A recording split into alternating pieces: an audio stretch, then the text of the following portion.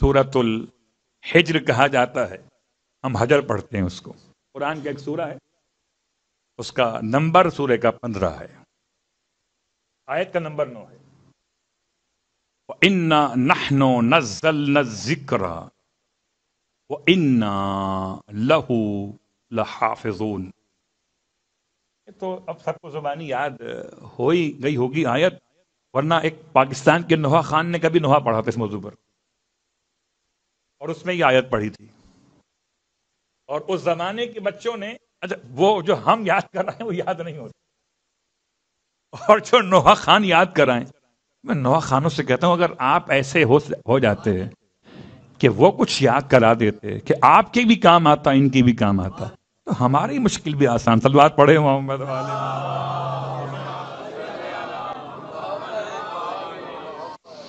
اب جنہیں نوحہ یاد پہنچ گئے ہوں گے، اِنَّا نَحْنُ نَزَّلْنَا الذِّكْرَ وَإِنَّا لَهُ لَحَافِظُونَ، بے شک کہ ہم ہی تو ہیں کہ ہم نے ذکر کو نازل کیا ہے، اور ہم ہی یہ ذکر کی محافظت کرنے والے۔ اب یہ آیت اگر آپ کو یاد ہو گئی، نمبر ہے 9، سورہ کا نمبر 15، نام ہے سورۃ الحجر، اس کے پڑھنے کا فائدہ کیا ہے؟ فائدہ ہے کہ اگر کوئی حاجت ہو تو پڑھ لیجئے۔ اور اس جملے کا لطف آتا مجھے مسجد کوفہ کے اندر، جب سارے اعمال کرا کے لوگ تھک جاتے ہیں، 11 مقامات ہیں، اور 11 مقامات کی 28 رکعت نماز پڑھنے کے بعد اب میں اس سے کہتا ہوں اگر حاجت ہو تو نماز حاجت ہے۔ لوگ حیران ہو کے دیکھتے ہیں کون سا ایسا ہوگا اس کی حاجت کوئی نہ ہو۔ تو اگر آپ کی حاجت ہے تو سن لیجئے، نہیں ہے چھوڑ دیجئے، 1000 مرتبہ پڑھنا ہے بس۔ کتنا مرتبہ؟ 1000۔ اِنَّا نَحْنُ نَزَّلْنَا الذِّكْرَ وَإِنَّا لَهُ لَحَافِظُونَ۔ 1000 مرتبہ پڑھنے کا فائدہ یہ ہے کہ آپ کی حاجت کو خدا پورا فرما دے گا، حاجت خدا کی بارگاہ سے پوری ہو جائے گی۔ لیکن اگر کبھی شدید قرضہ ہو یا دشمن کی شدت کی بنیاد پر بہت خوف ہو، بڑی تکلیف و پریشانی ہو، تو پھر آپ کو تو معلوم ہے کہ ایک طریقہ ہوتا ہے کہ ڈوز بڑھا دی جاتی ہے نا۔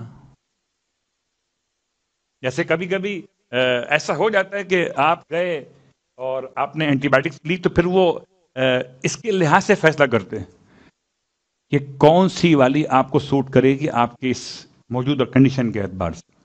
مثال دیتا ہوں، جسے ساتویں امام فرماتے ہیں کہ 7 مرتبہ الحمد کی ضمانت، اور 7 مرتبہ کے بعد 70 مرتبہ، یہاں پر بھی ایسے 1000 مرتبہ پڑھنا ہے عام حاجت کی برابری کے لیے۔ شدت کوئی ہے تو بڑھائیے، 70,000 مرتبہ پڑھنا ہے، پھر 70,000 درہم نہیں دینے، ذکر پڑھنا ہے۔ اگر درہم دینے ہوتے تو آپ درہم برہم ہو جاتے، ذکر خدا پڑھنا، اس پہ پریشانی کی بات کیا؟ جس کو جتنا بڑا مسئلہ ہے، کہتے ہیں نا علماء کہ اگر کوئی سیلاب آپ کی طرف مصیبتوں کا آ گیا تو درود کا سیلاب روانہ کر دیجئے۔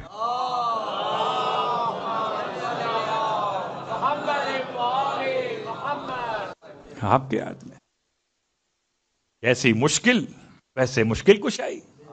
ہم چاہتے ہیں مشکل بڑی ہو اور وظیفہ چھوٹا سا ہو، قبلہ چھوٹی گولی سے بڑا آپریشن نہیں ہو سکتا۔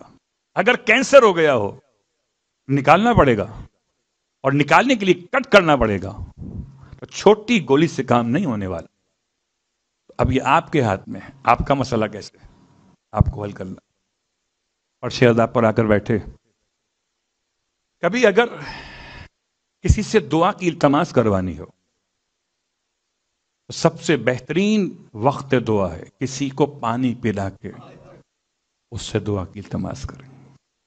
کوئی ہو، مسلمان ہو غیر مسلمان ہو، انسان ہو غیر انسان ہو، کسی کی پیاس بجھائی ہے۔ اب سمجھ میں آ رہا ہے کہ ماہ رمضان کے روزہ افطار کرانے کا ثواب اتنا کیوں ہے؟ کہ ماہ رمضان میں اور عام دنوں میں فرق یہ کہ یہاں پیاسا ہے انسان، اور کسی پیاسے کو پانی پلا کے اس سے التماس سے دعا کرنا یہ انسان کی دعاؤں کی قبولیت کی ضمانت ہے۔ اور اگر کوئی پیاسا یتیم بھی ہو تو دعا اور جلدی قبول ہوتی ہے۔